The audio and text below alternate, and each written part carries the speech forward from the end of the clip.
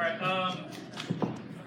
Yeah. So Photoshop was originally created by a lot of the people who made movies like Star Wars back in the 70s as a way to make photographs, like to change photographs to have effects. It was an effects program. And so, knowing that, I wanted to actually use light-based, effects on paintings, and it's the reason why I worked in it. And for some reason, my computer's.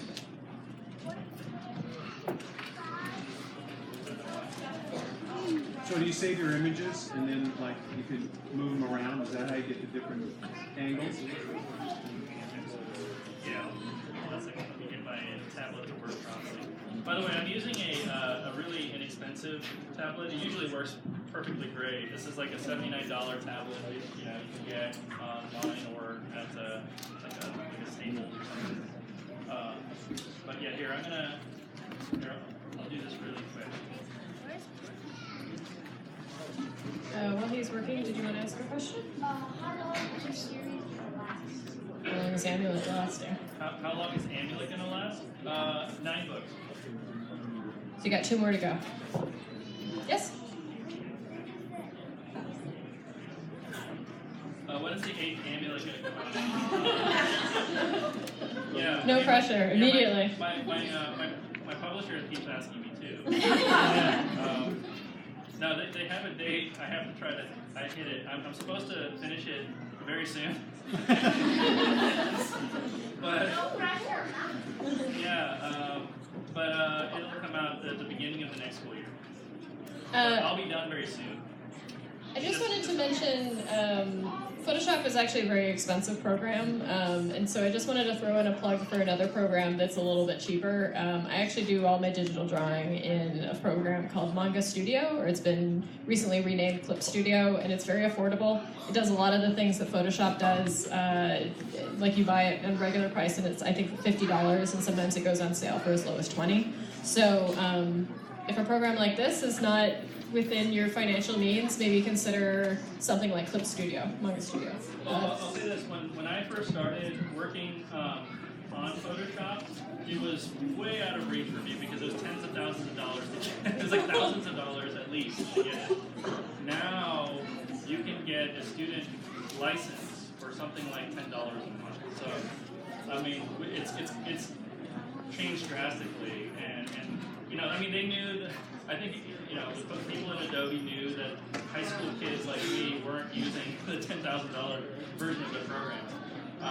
But I love, Creative Cloud is a lot it costs less than my cell phone bill. And I use it way more, or, to make a living, so I think it's worth it. You had a question?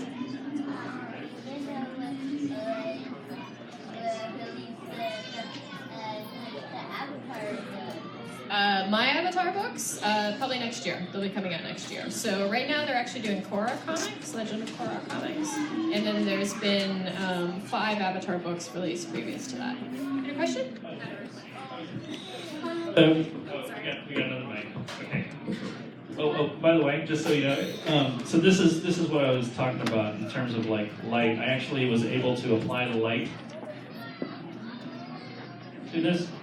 So I painted it, and I just had this big soft brush that is essentially applying dark, like a brown light, like a brown filtered light, which actually looks orange.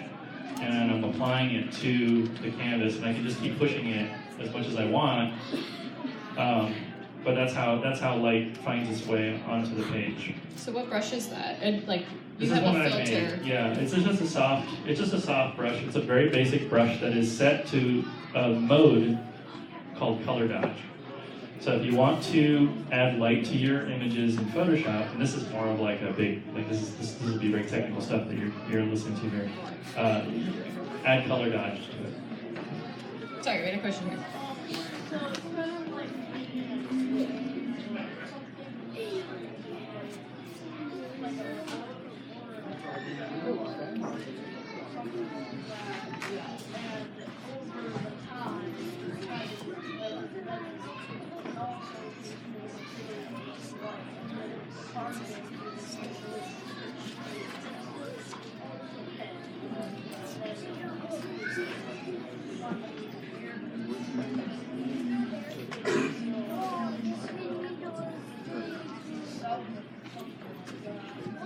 I mean, yeah, like when I make a comic, and I'm sure Kazu's the same way, it's like you're constantly learning new techniques and new ways to write and draw and trying to better yourself.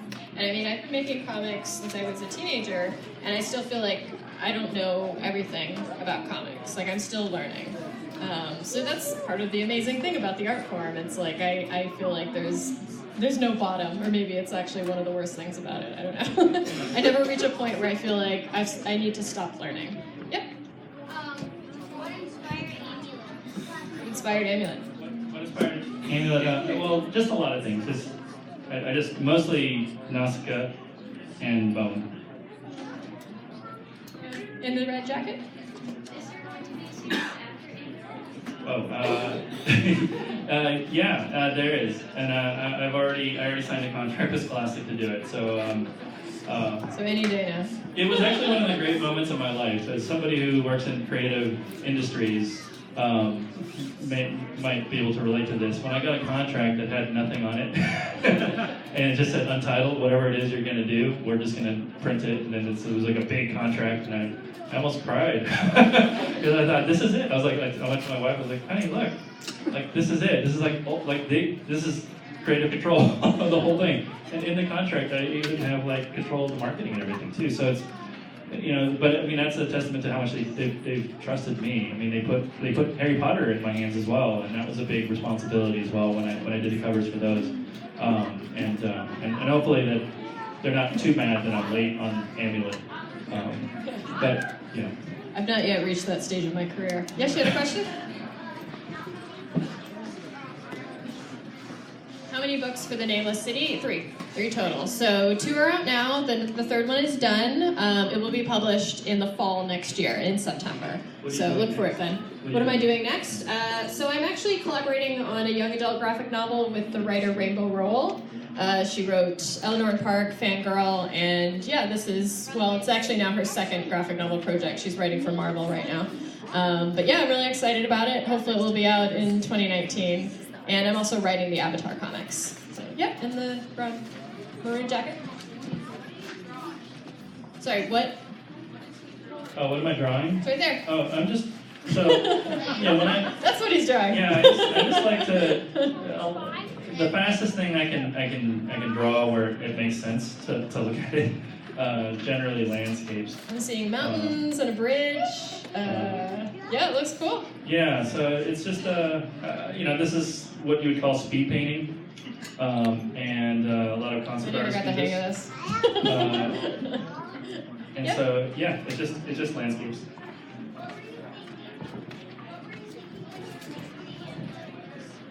What Were was you I thinking? What was I thinking? I know. What I were keep you asking thinking? what was I thinking? I just wanted to. I don't know. I just wanted to make something like an awesome Spielberg movie from the '80s. I wanted to make something like Star Wars, make it like Miyazaki's work. And I always just had a fondness for the graphic novel format. After reading Nausicaa, I just thought, yeah, this could be it. I just was so daunted by the amount of work that it would require that it took me a long time to be okay with it. And now I'm okay with it. So now I'm doing it. It's exhausting making comics. It's a lot of work. Yes? Are you gonna make it? We've already answered that question. 2 more. Anyone else? Yes. Why, whenever you draw, it always ends in the middle of a scene, and then the next book, and then it doesn't start in that scene. Why do you do that? That's a Yeah, good why one. the cliffhangers, Kasu? How dare you? Well, I actually only had one real cliffhanger, right? And that's number 7. I'm sorry about that. It's the only one that says "to be continued" on it. But what I'm trying to do is the last 3 books, the 7th, 8th, and 9th books, are sort of like one big book. And so this is kind of the first part of this final arc of the story. And then this next one is essentially the second part of that. Number 8 is the second part of the ending, and then there's going to be a third. Yes. Who's your favorite Avatar character? Toph. Yeah, I love writing her. My Avatar comics will be the adventures of Toph and some other people, one of whom is the Avatar, I guess.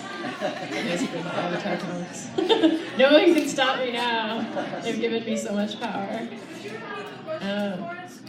Oh, sorry, the question was, what's my favorite Avatar character? Do you have a favorite Avatar character, Kazu? I actually haven't watched that much Avatar. What? Yeah, I don't. Oh, I mean, Aang, I guess. Yes. Yeah, I mean, Aang reminds me of a friend of mine who's a lot like him, and I've learned so much from him. So he has a giant blue arrow on his head. Rides around a flying bison. Okay, so sorry, we can only have one more question. Yes. Yeah, sure. Kasu, Yeah. since you study film and you're working as parent with Hayao Miyazaki, are you planning on animating